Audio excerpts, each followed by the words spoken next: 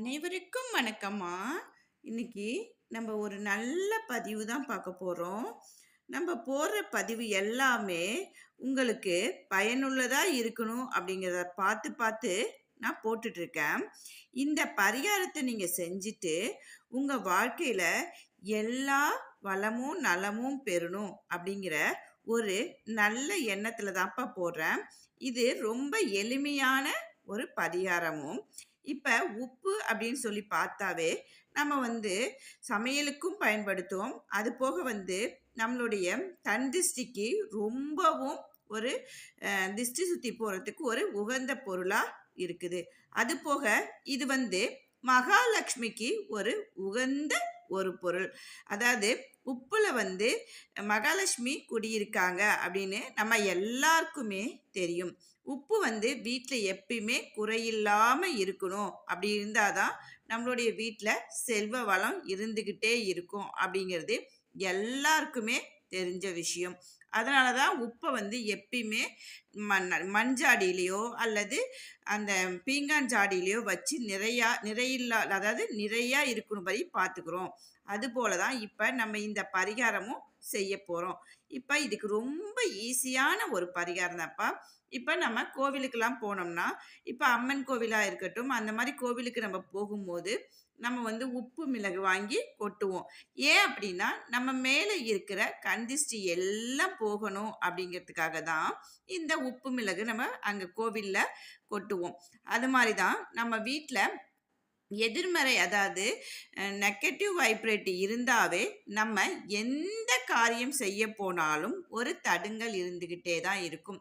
பணம் சேராது, வர வேண்டிய பணம் வராது, நம்ம எங்கேயாவது ஒரு பண விஷயமா போனோம்னா கிடைக்காது, ஒரு நல்ல காரியம் நடக்காது, வீட்டில் எப்பயுமே ஒரே சண்டையா இருந்துட்டு இருக்கும். இதுக்கெல்லாம் ஒரே காரணம் எதுவா இருக்கும் அப்படின்னு நம்ம சொல்லி பார்த்தோம்னா, நம்ம மேல இருக்கிற கண் திருஷ்டி தான். அப்ப இதுக்கு நம்ம என்ன பண்ணலாம் அப்படின்னு சொல்லி பார்த்தோம்னா, ரொம்ப ரொம்ப ஒரு எளிமையான பரிகாரம் தான் பார்க்க போறோம். இப்ப நான் 2 பரிகாரம் சொல்றேன். இந்த உப்பை வச்சு உங்களுக்கு எது நீங்க செஞ்சாலும் பரவாயில்ல. இல்லம்மா நான் 2மே செய்யறேம்மா அப்படின்னு சொன்னாலும் ரொம்பவே சந்தோஷம். சரி வாங்க எப்படி இந்த பரிகாரம் செய்யலான்னு பார்க்கலாம். இப்ப இதுக்கு உப்பு எடுத்துக்கணும். நான் எப்பயுமே சொல்றதுதான், உப்பு பரிகாரம் செய்யும்போது நம்ம புதுசா இருக்கிற உப்பை தான் எடுத்துக்கணும். நம்ம வீட்டுல பயன்படுத்துற உப்பு வச்சுக்க கூடாது. புதுசாவே இதுக்கு ஒரு பாக்கெட் உப்பு வாங்கி எப்பயுமே உங்களுடைய பூஜை அறையில நீங்க வச்சுக்கிட்டே இருங்க. இந்த மாதிரி பரிகாரம் செய்யும் போது அந்த உப்பை நம்ம பயன்படுத்திக்கலாம். சரி, இப்ப இந்த மாதிரி ஒரு பவுல் எடுத்துக்கோங்க. கண்ணாடி பவுலா இருந்தா அது ரொம்பவே நல்லது. கண்ணாடி பவுல் இல்லை அப்படின்னு சொன்னீங்கன்னா, மண்ணகல் மாதிரியே மண் சட்டி விற்கும் பாருங்களேன், இதே மாதிரியே கொஞ்சம் விற்கும் அகலமா, அது வாங்கிக்கோங்க. ரொம்ப பெருசு வேணாம். இந்த பீங்கான் பவுல் அளவுக்கு நீங்க வாங்கிக்கிட்டா போதும். ரொம்ப பெருசெல்லாம் நீங்க வாங்கணுங்கிற அவசியம் கிடையாது. நம்ம 2 பரிகாரம் பார்க்க போறோம்.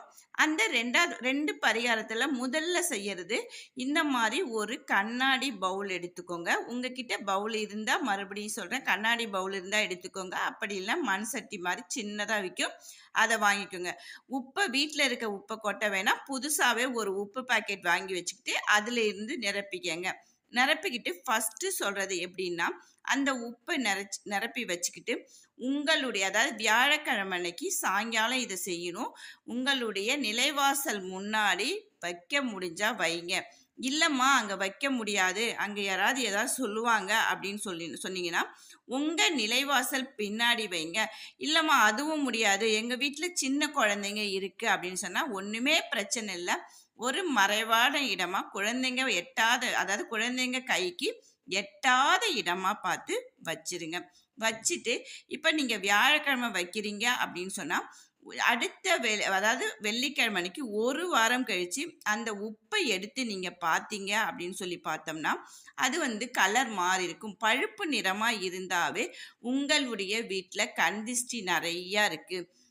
அதாவது எதிர்மறை நெகட்டிவ் வைப்ரேட் நிறையா இருக்கு. அப்படி இருந்துச்சு அப்படின்னு சொல்லி பார்த்தோம்னா, கண்டிப்பா நம்மளுக்கு நல்ல விஷயங்களா நடக்கவே நடக்காது. நமக்கு நிறைய விஷயங்கள் நடக்காம போறதுக்கு காரணமே இந்த கண் திருஷ்டி தான். அப்ப இது மாதிரி நீங்க செஞ்சுக்கிட்டு வர வர அந்த உப்பு வந்து உங்களுக்கு ந நல்ல ஒரு எனர்ஜிய பாசிட்டிவ் எனர்ஜிய குடுத்து, உங்க வீட்ல எப்பயும் ஒரு சந்தோஷத்த குடுக்கும். இதே மாரி நீங்க செஞ்சுட்டே வரும்போது, உங்களுக்கே கண்கூடா தெரியும். நல்ல ஒரு வைப்ரேட்டு எல்லா விஷயமும் நல்லதாவே நடந்துட்டு வரும். இந்த மாரி ஒரு பரிகாரம் செய்யலாம். இன்னொரு பரிகாரம் சொல்றேன். இதுவும் உங்களால முடிஞ்சா செஞ்சு பாருங்க. இதுக்கும் அதே மாரி ஒரு பவுல் தான் எடுத்துக்க போறோம். அதே மாரி உப்ப கொட்டிக்கிட்டு இப்ப மிளகு வச்சிருக்கேன் பார்த்தீங்களா? அந்த மாரி. அங்க ஒண்ணு, இங்க ஒரு மிளகா வச்சுக்கங்க. வச்சுக்கிட்டு, இதே மாரி தான் வியாழக்கிழமை நைட்டு வந்து உங்களுடைய பூஜை அறைய சுத்தம் பண்ணிட்டு, வெள்ளிக்கிழமை அன்னைக்கு நீங்க விளக்கேத்தி வச்சுட்டு, சுவாமி படத்துக்கெல்லாம் எப்படி நீங்க அலங்காரம் பண்ணுவீங்களோ, அந்த மாரி அலங்காரம் செஞ்சுகிட்டு, உங்களுடைய உப்பு வச்சிருக்கோம் பார்த்தீங்களா? அத வந்து உங்களுடைய உப்பும், அந்த மிளகும் வச்சிருக்க அந்த பாத்திரத்து மேல பீங்கான் பாத்திரத்து மேல உங்களுடைய வேண்டுதல் என்னவா இருந்தாலும் கை வச்சு வேண்டுனீங்க அப்படின்னா, உப்புக்கு ஒரு அவ்வளவு ஒரு சக்தி இருக்குங்க. நம்ம கேட்கிறத கொடுக்கிற ஒரு சக்தி இருக்கு. நீங்க வேண்டிக்கங்க. இதே மாரி வாரா வாரம் நீங்க செஞ்சுட்டு, இந்த உப்ப வந்து நீங்க என்ன பண்ணணும் அப்படின்னு சொன்னா, கரையிற தண்ணீல வந்து கரையில தண்ணீல வந்து கரைச்சு விட்டுடலாம். அல்லது தண்ணீல கரைக்க முடியாதும்மா அப்படின்னு நீங்க சொல்றவங்க, சிங்குல கரைச்சு விட்டுடலாம். இது மாரி பரிகாரத்த நீங்க செஞ்சு, வாழ்க்கையில எல்லா வளமும், நலமும் பெறணும் அப்படிங்கிறதோட, என்னுடைய சேனல் புடிச்சிருந்தா சப்ஸ்கிரைப் பண்ணுங்க. ஷேர் பண்ணுங்க. Thank you.